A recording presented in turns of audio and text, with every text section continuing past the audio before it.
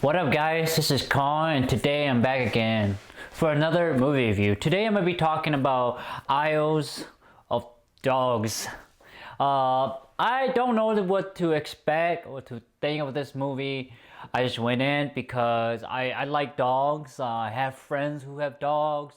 I have coworkers who have dogs. So I figure I go check it out and see what it's all about. So let's talk about the pros.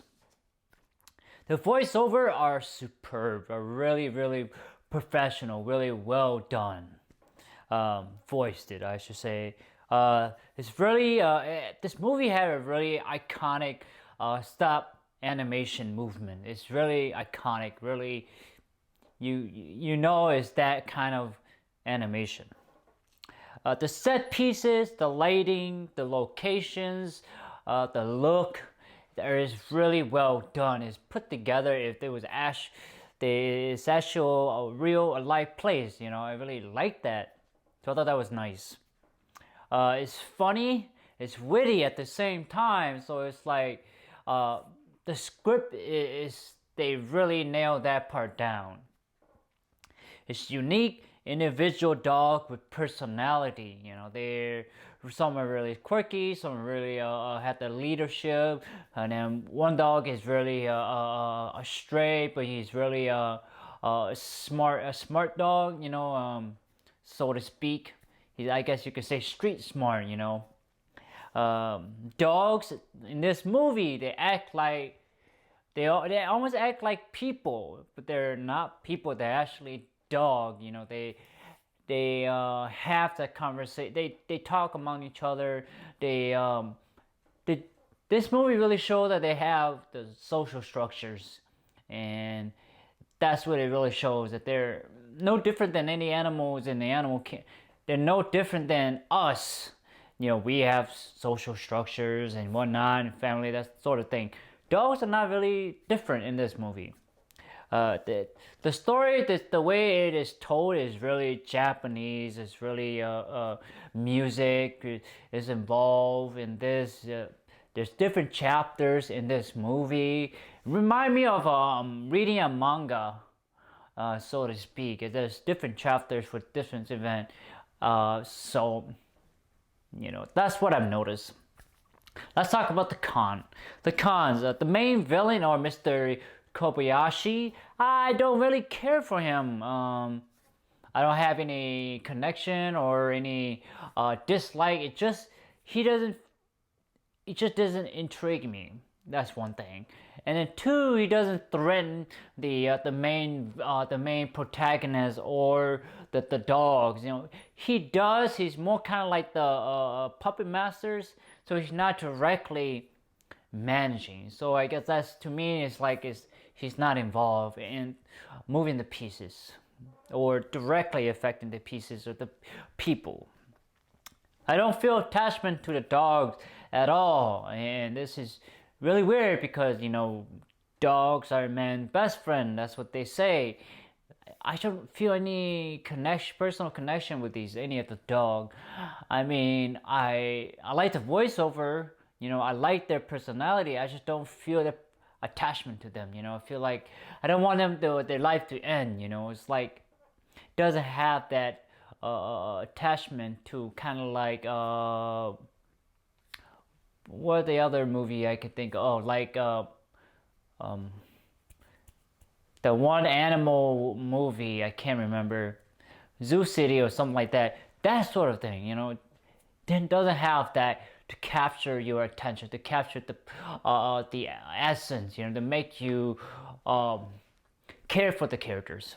But yeah, not that saying I don't, but it wasn't as much that I did not care as much for the characters.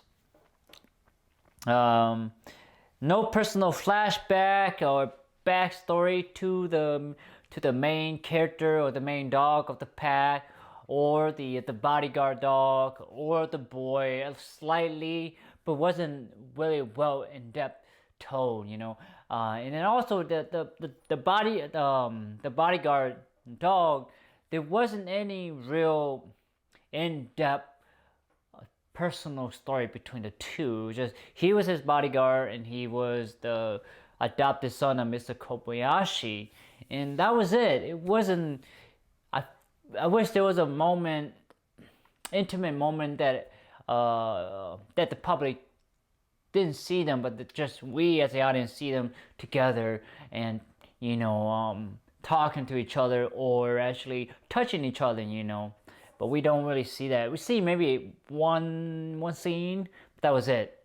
Not multiple scenes. I don't know what the Japanese kids are saying. There are commentators or a voiceover, and that you do get to understand, but then when he's talking, you don't get to understand, but the dogs understand what the Japanese kids are saying. So it's kind of like,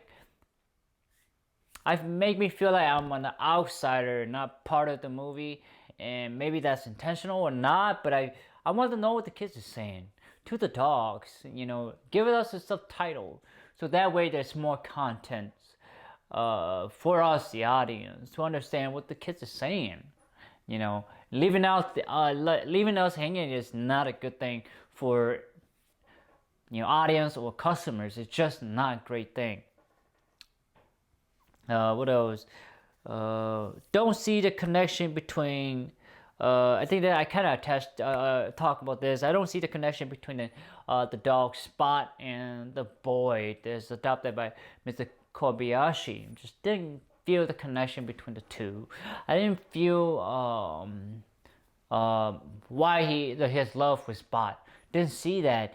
I see more his love for the pack of dog and then Spot's brother. It's like a little bit more for him. I don't see the love for Spot. So that's kind of what like let me sort of like questioning and thinking why there have to be moments that the Spot and this adopted boy had, but it doesn't show it. There's only one scene, and that scene didn't really do it. So what would the rating I would give this movie? I give this movie a rating of 5 out of 10. I would say I would not recommend you go seeing it because it doesn't really give you a full flavor, of a movie. It doesn't give you ups and downs. Doesn't give you the roller coaster. It doesn't give you that adventure. It doesn't give you lesson. It doesn't give you some message. It doesn't have that. It's kind of a little bit bland to me. Maybe I need to watch it a few times to kind of understand this. But at the moment, I feel like it doesn't have anything to really offer other than the great stop animation, the great voiceover, and the scenes. That's about it. So I say go watch it if you have the time. If you don't bother.